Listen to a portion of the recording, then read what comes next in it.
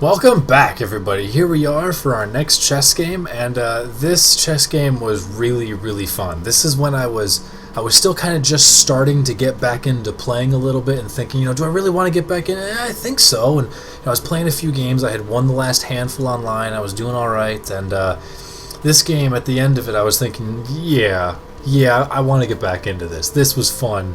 And I kind of since then have just kept on going, and just it's been awesome playing again. So it starts off, pretty bland, honestly. It's some pretty basic stuff.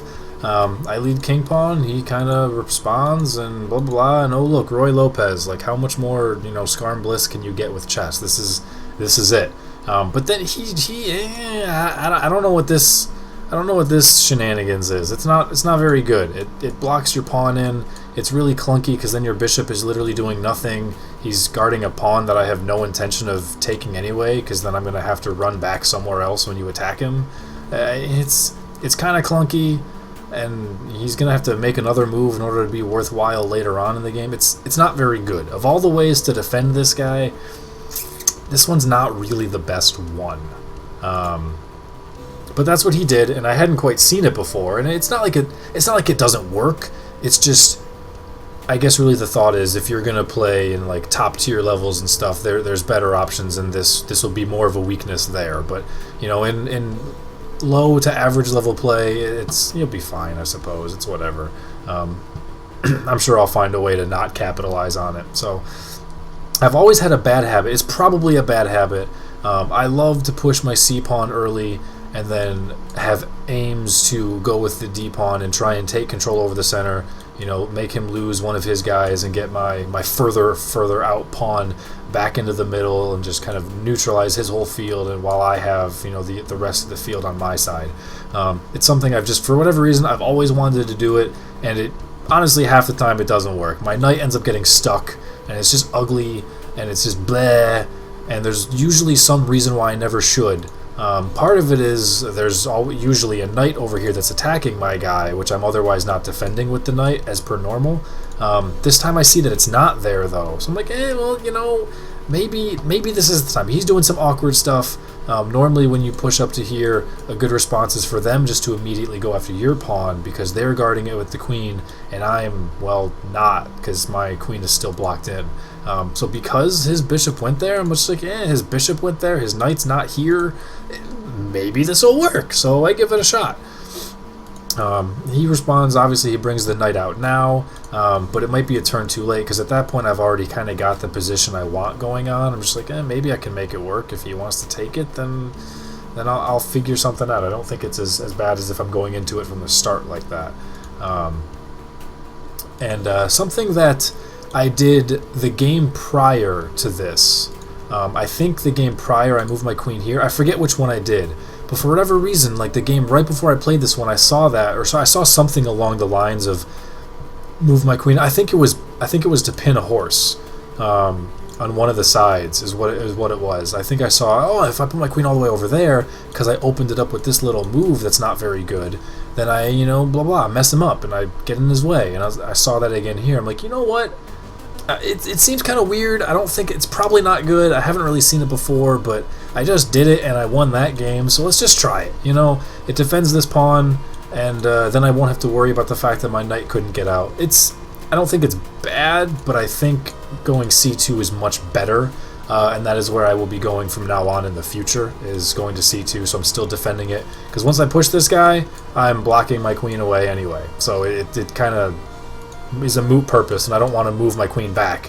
2 queen moves in the opening is just the worst. Like, you may as well just commit suicide at that point, and you just lose. So, but that's what I did, because whatever, bad player. And he takes this turn to castle. I don't know. I mean, maybe he should have attacked my bishop to get this out of here, caused me to make some sort of decision. I'm not sure what really his... whatever, castling's fine. And then I take that time to now push up my pawn as expected, blocking off the whole point of me moving my queen there in the first place. I mean, I guess it gives me a double down towards this pawn, but he still has his bishop and his queen. I'm not going to get anything out of it. I don't know. Whatever. Wasn't good. I don't really understand this move. I mean, maybe if I go over here, he bounces around, does shenanigans, it gives him a spot to go, perhaps, but he'd rather just go there anyway, wouldn't you? I guess here is kind of awful because this guy shuts him down. So I'm not quite sure what he was thinking. Maybe he was thinking that with the take over there, that he's then taking here with the queen and putting me in check, and it's a big hassle, I suppose, but not really. I don't know. Or maybe he's thinking that if I get a chance to go here and take this, I'm then forking his two pieces, but he has extra support on it that I currently only have just the one support of. But you don't need to use your turn to protect it if you can just prevent it from happening in the first place. Well, it may take, and then, I mean, push, but he has the turn. I don't know. Whatever. So we both have suboptimal queen plays. I mean, it works. It does its job. It just seems suboptimal. And I figure now, well, I don't see this fork yet. I see it a little bit later, but at this point, I'm figuring, well, let's remove the defense of this pawn. Let's take him to double up while I can. It's not, since if this knight's going to be blocked in by this guy right over here, then I don't have to worry about him having a pawn on this square covering the knight's next best moves. So sure, I'll just double this pawn. Maybe I'll get some better advantage for it later. Double pawns are good, you know. It's whatever. So I just did it. I've gotten to the habit a lot of taking this and losing my own bishop for the horse, and it's been all right. It's been all right. I don't hate it. To which he obviously proceeds with taking it just right back. I develop my horse now, which is not good because this bishop is kind of blocked in now. There's not really anywhere he wants to go. But otherwise my knight was stuck, and it still allows me to defend this piece that the queen couldn't, which I initially intended to. I mean, maybe I should have just taken it. Be like, you know what? You have a double pawn, let's take pawns and make things happen. If I just take, then he takes, and maybe I take, and maybe he takes, and is that okay? I don't know. It's kind of weird. I still have to block, you know, my knight or my bishop over with this knight anyway to save, or no, because this queen would be guarding this at this point. But it's still kind of, it's too many pieces taken early in the beginning, so I guess maybe I just didn't really want to do it, or whatever. I just didn't, I guess. So, and then he brings out his bishop, a nice little quiet move. Pretty much just connects all of his major pieces, but it also gives him the opportunity to attack on my flank if I don't do anything about it, and get a discovery on the queen, which would force me to obviously spend time moving away. Granted, I want to get back here anyway, but that will, in that time, he'll allow himself to use this worthless doubled pawn to make a very significant impact on my side. So it's not very good. And I respond with just castling. I ignore this threat, and I figure, nah, let's be safe. He's got two bishops, and he's, you know, and queens, all sorts of diagonal guys that can kind of sit in this area. Let's castle while I have the chance. I have a bad habit of, as white, I have a bad habit of castling late, because I feel like, hey, I'm white, I'm going first. I want to press, attack, and then you'll never get a chance to get after me. Like, my advantage of going white is going first, and if I take a turn to step back, I've now given you the initiative, and I'm letting you dictate the action. And so I just have a bad habit of casting late. I figured, I'm safe, I'll just have to make it work from here on out. Whatever. If he pushes up, I run my queen away, he takes pawn, I take pawn, I don't care. Kind of where I was going with that at that point. So he ends up just pushing the pawn, getting his attack. I run back to where my queen should have been in the first place. So note for my future self, so I can do that properly, and I will avoid the loss of tempo in that regard. He takes, and I just take right back. Not quite as safe, obviously, now as I lost the c-pawn, but it'll be whatever. So, and then he takes as well, and I think this is now where I saw this happening. For some reason, I guess I didn't see it with my diagonal pawn, but I see it with my vertical pawn, thinking, and then I've got one piece defending it. Maybe if I get two pieces defending this particular square, then maybe I can make something happen, because he's obviously got the bishop to take it, which trades with the knight, and then his queen is backing it up. So it's like I need a little bit of extra help here, but there might be something there. It's intriguing to me. So I move my rook over to try and make it happen, and then he goes down with his knight, which one, removes the threat of forking his pieces, but two, he's eyeing one of these squares. This guy is a potentially, he's not a free pawn, but I have seen it. It's common enough where people use their knights or bishops to take one of the pawns diagonal to the king, force it to move, get it out in the open, and then just start attacking from like crazy.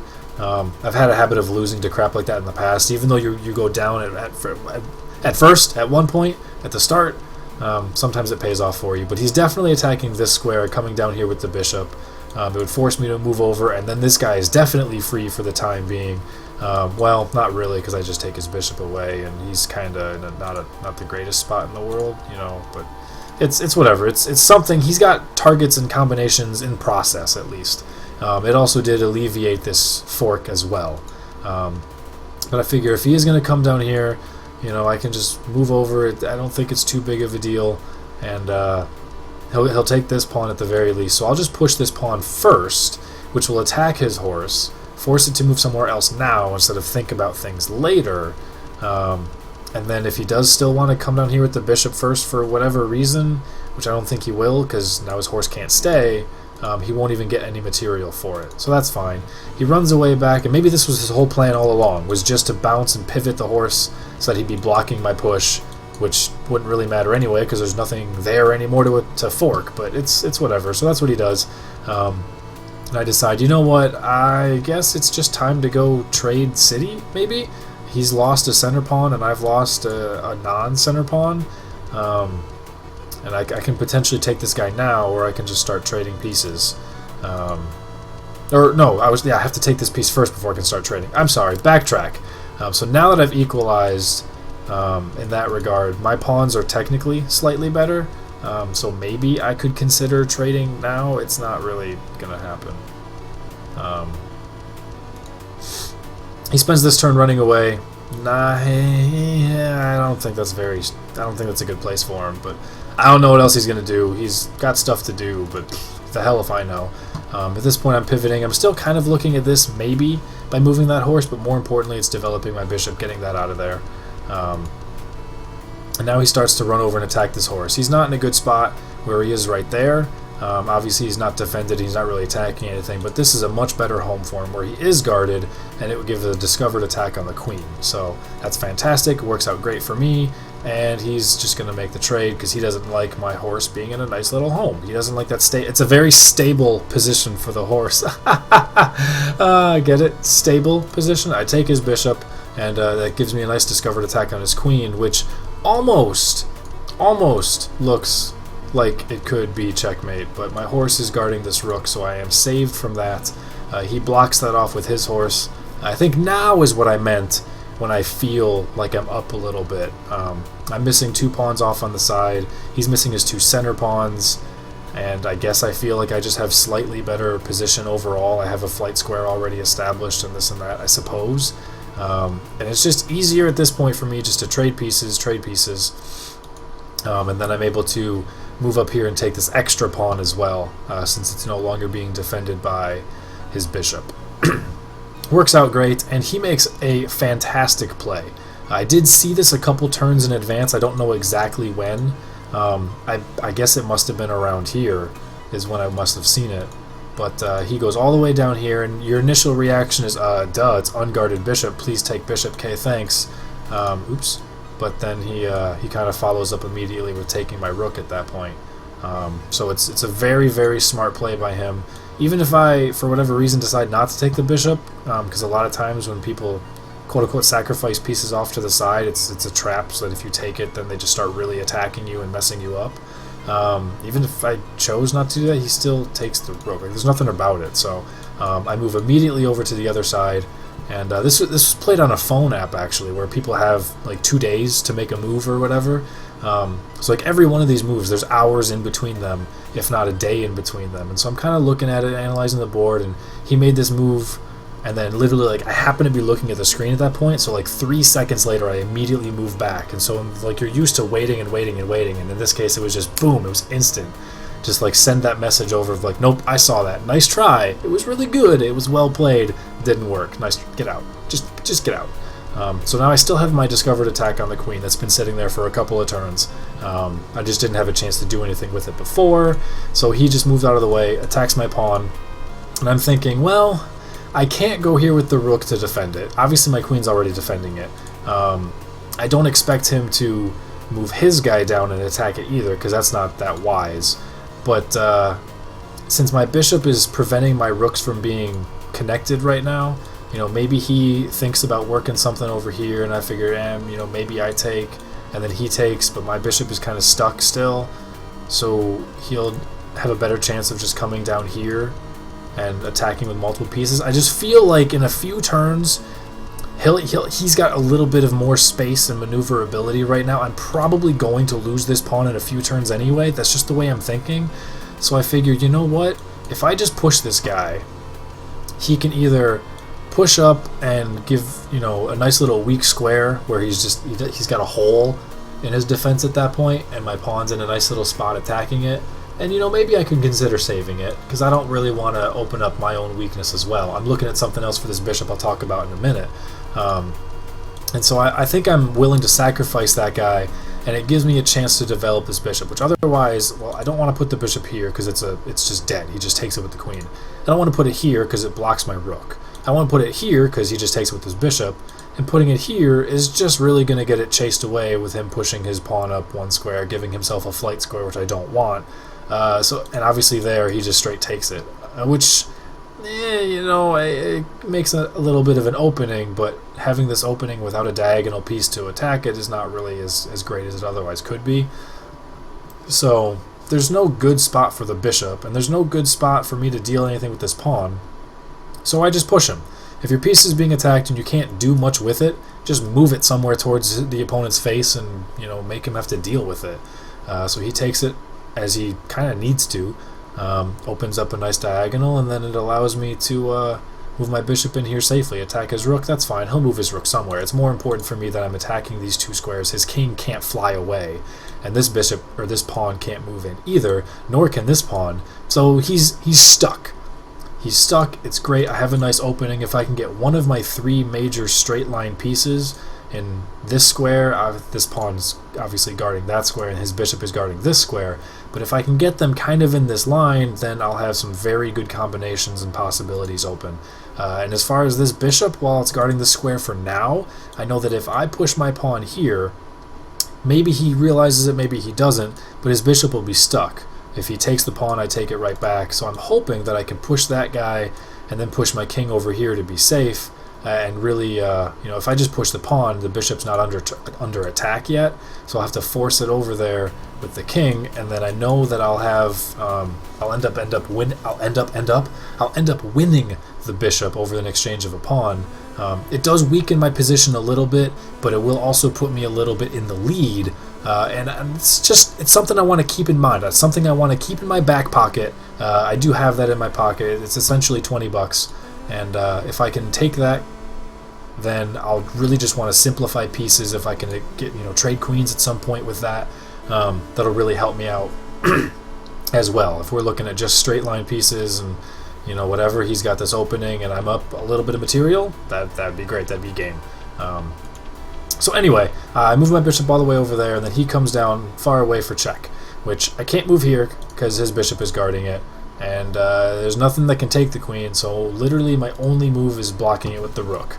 And then he proceeds to move his attacked rook over there, putting a lot of extra pressure on here. One turn away from checkmate at this point, so I have to do something about it. I could move my rook over, he could take, I could take, he could move his other rook over, and then we're back in the same scenario. I can move my queen down here. It's still guarded by the rook, so I can try and offer a queen trade if possible. That would be my perfect scenario. So it's really just, do I want to offer the queen trade now, or do I want to offer the rook trade and then the queen trade? And I feel like since I've got the extra opening, I think I want to have two rooks to give me twice the chance to get something over there. I just want to get these diagonals away as fast as possible. If I can remove the queens, trade those off, then I will have no problem using this little trap on his bishop over there. So that's what I'm going to go for. I'm going to try and trade this queen. He's not interested, however. He moves up just to keep the pin on my rook. And just, I got to figure out another way around it. He's attacking that, don't really care. It's mostly just about this pin on this guy. Since I can't run away to the flight square, I gotta figure something out. So I take a turn to just stabilize that defense a little bit, and now I'm thinking I need to find a way to attack this queen. That maybe I could have considered going there to try and push it away, but he's just going to run one more square further at that point. And it would take me too long. Maybe try and push there. I don't know. I don't think that's going to help. It takes me an extra one turn to go there. I don't think he would block his queen off at that point. It just seems a little risky. If I, tried to go up here and maybe he just straight takes it at that point, I guess, I could take it, and then he follows up with the same kind of deal. Take queen? I don't know. This might not really have been that bad of a move. But I am still trying to develop these rooks as well, so that it gives me a chance to have one of them get over here, so I can potentially win the game with that. Doubled rooks are never bad, or even if I don't get myself in this square, if I get my rooks centered over on this square as well, the same effect will really work whichever way my rook goes. It's going to work the same way. So I really just need them in one of those spots, and if they're doubled up, they have a better chance of that. And I think maybe I didn't see that, or maybe I just thought that was superior for that regard. So that's where I went, and then, whoa! Look at this computer for a second. Holy crap. 0.7. So it thinks I got a little bit of an edge, probably just because of that pawn right there, even though this is kind of ugly. I do have a trap with it eventually. It's a pretty even game, less than a pawn apart. And then he makes what doesn't appear to be that particularly bad of a move. His rooks are connected. His rook is even double guarded. Granted, my rook is pinned, so I can't take his anyway. It doesn't appear that bad by any stretch of the imagination. Attack my queen with a defended piece.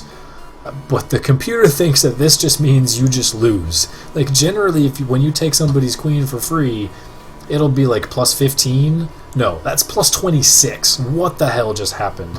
And I'm actually going to leave it here for a few seconds. I'll pause the video, take a look at this. When I ended up doing what I did and the next couple of moves played out, I wish there was a way I could cover the moves on the side. Just pause the video for a couple of seconds, see what you can figure out, and then we'll go. I just can't wait any longer. I have to talk about it. I can't sit. So, hopefully you guys took a look at it and made some thoughts, made some suggestions, put it in chat, whatever, into a comment. And so here's what we're really looking at. This piece can't move because this pin is super important. So obviously I could still try shenanigans here to force it away. Maybe get somewhere. I could maybe try some shenanigans here to offer up a trade, but I think that just makes me vulnerable down here. I'm sacrificing away a piece. Granted, if he takes with his rook, I don't have to immediately take back, so I could potentially, if I go here and he takes with rook, I could potentially take his queen, but then he takes my other rook and I take his, and I think I'm okay at that point. So like maybe that's a thought. To get me just to trade queens out of the way. If I go over there, he takes the trade, I double up my own pawn, and that probably works out to being exactly how I want it. But I'm going to go here. That's going to be my move. And what does this do? Well, it gives him a free queen to take, which obviously is a really bad thing. You never want to give away free queens. He still has all sorts of offense that he can pull over here. Maybe he takes with rook, I take with rook, he falls all the way down there. And that's a pretty serious attack. Thankfully, the bishop is guarding that. Otherwise, that'd be really bad. I guess if he takes with his rook down there, maybe I could just take his queen. Maybe I'm just trying to pull a fake on him, giving him this nice, juicy, free queen that I hope that he takes. If he does, in fact, take it, I do win the game. And he did take it. So there was something else. How else could this have gone? I guess he could have just moved his queen down to here. And then it gives me something to kind of try and figure out. I would like to move my queen here and start making these shenanigans, but then he's still guarding it. I still can't move my rook over to attack his or anything, so I'm still kind of stuck. Maybe I just go here, as then I'm defending this rook again. I'm still offering a queen trade, and my queen is defended. Maybe I can just kind of do something like that, and just keep kind of the same level of pressure on him at this point. But that is not the case. He ended up taking my queen, and that allows me just to go straight up here, boom, with the check. He takes back, and boom, with the checkmate. So I was jumping around the room. I was like super happy. I wasn't screaming, but I was just like, oh my god, oh my god. I texted like a whole bunch of friends. I posted the little puzzle of a few turns prior. of this move. I posted it on Twitter. I'm just like, hey guys, find the move. I posted it on Facebook to my chess buddies, and I was just like super stoked. Like the level of stoked that I haven't been since I was 8 years old and I caught Kangaskhan Khan in the Safari Zone. I'm running around the house screaming and jumping around. I got him, I got him, I got him. My sister got up and smacked me and I didn't care. I felt really good having a queen sacrifice pull off and actually work. I was pretty stoked, and at that point I was just like, yep, I want to play more chess. I'm having a lot of fun. This is good. This is good. Me play chess more now. And that was it. So hopefully you guys enjoyed this game. It was pretty simplistic, I think, at the start. Just a lot of trades, a lot of open game, and then all of a sudden just boom, boom, boom, boom, boom, game over. Nice and quick, 28 moves. And I had a lot of fun, so I'll be looking forward to reading your comments on this one and see what you guys were thinking. So take it easy, guys. Catch you later. Peace.